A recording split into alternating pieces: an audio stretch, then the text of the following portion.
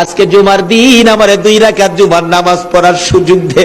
ও নবীর উম্মতেরা, নবীর আশিকেরা, হুসাইনের আশিকেরা গো, এই 2 রাকাত নামাজ জুমার নামাজ ছাইরো না, আমার নবীর শাফায়াত নসিব হবে না।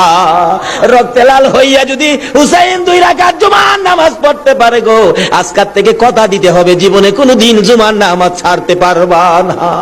জুমার নামাজ আদায় করতে সময়টুকুন দিলে নামাজ শুরু করে দিলেন, রুকু সিজদার কাজ শেষ করে তাশাহুদে বসে সালাম ফিরানোর আগ পর্যন্ত কাছাকাছি বসে বসে এই যে সৈন্যরা নামাজের ভিতরে প্রত্যক্ষদর্শীরা বলেন এক একটা করে তীর মারে হুসাইনের গায়ে।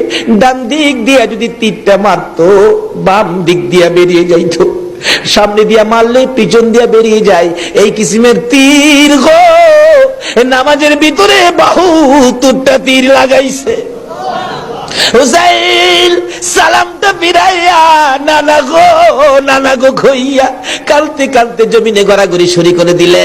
নিষ্ঠুর পাষাণ এই যদি সৈন্যের সীমার গলা কাইটা মাথা আলাদা করে নিয়ে গেছে।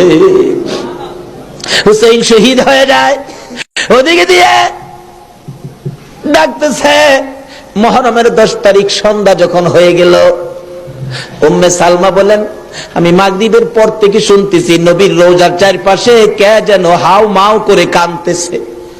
মনে বড় অশান্তি, কিসের কান্দার আওয়াজ? দৌড়ায় যাইলাম, যাইয়া দেখি কোনো মানুষ দেখি না, কে যেন কান্দে।